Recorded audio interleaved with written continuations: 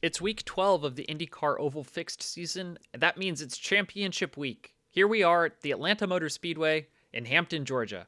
This is the legacy scan of the track, which is old, wide, fast, and this one's hot. It'll melt your tires, and it's very important to find clean air in the 3.5 usable lanes of track on both ends of the speedway. This D-shaped 1.5 mile old and rough track is going to send drivers for a spin, especially on starts and restarts. This clip at the beginning of the video shows how dangerous they can be. Expect close quarters, 3 wide racing when tires are new, but you'd better save them because you'll regret using them if you do early in the run.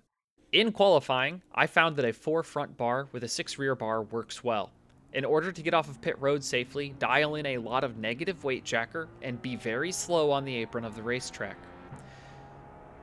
Here I almost lose the car, but power through and just take your time getting to the racing surface.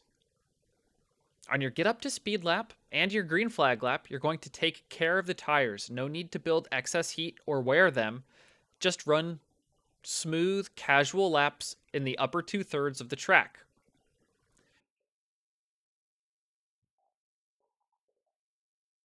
On your green flag lap, try to lift a little into 1 and 2 to save your tires.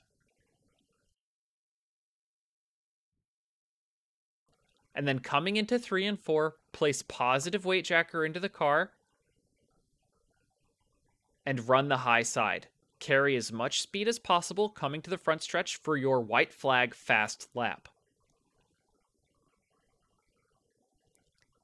Aim for the grass on the end of the quad oval.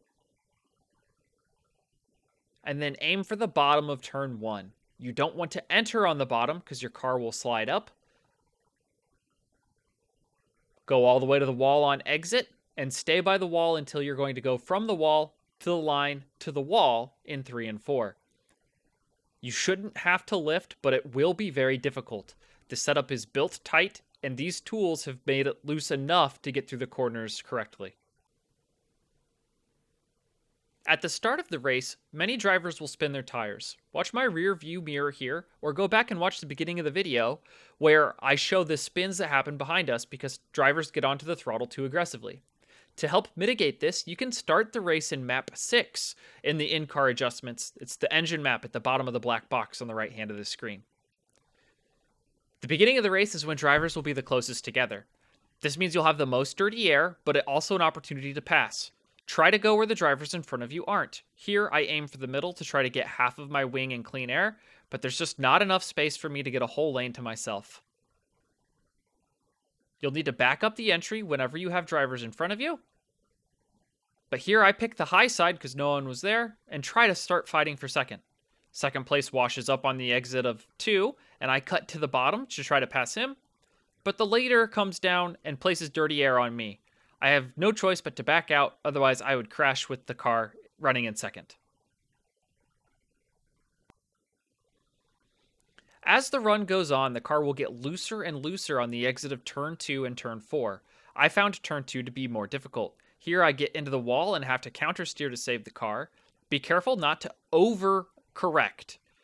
This is the very next lap. My tires are still overheated and I run the bottom rather than the top, and I still get loose on exit. And do not overcorrect. The only thing you can do is dial down the rear bar to a 1 and put negative weight jacker in the car. Here I am with a 5 front bar and a 1 rear bar at the end of the run. I think if you're running by yourself in clean air, if you've taken good care of your tires towards the end, the top is going to be a little bit faster than the bottom. Here you can see me ripping the fence as high as I feel comfortable running with my tank almost empty. And this lap will be almost 0.2 of a second faster than my next lap, which I'm going to run on the bottom. You can see the different approaches in the lines and how much more you have to slow down to get to the white line on these old worn tires. I would expect a lot of drivers to fight for the top side of the racetrack late in a run as they feel like they won't be able to manage correctly on the bottom. But if you lift well and manage your tires on the bottom, you may be able to find good passing opportunities there, especially with clean air.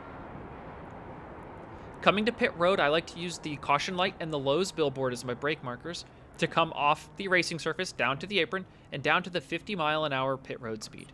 You can maybe push it a little harder than that, especially with the flatter exit off of 4, but I didn't want to risk a speeding penalty. In the race, exiting pit road and entering pit road will be very disastrous. It's very slick, very hot, and very narrow, especially pit exit. I would not expect every driver in the field to get through this process without spinning. This means you can expect there to be a green flag pit cycle that will get interrupted by a yellow flag. It is always better to pit under yellow because pitting under green will put you about a lap and a half down to the leader. Undercutting will be very powerful because new tires are so much faster. However, you don't want to put yourself on the back foot to where an overcut will blow by you late in the race when the checkered flag falls. Those are my tips and tricks this week for Atlanta. Let me know if you have any questions in the comments below.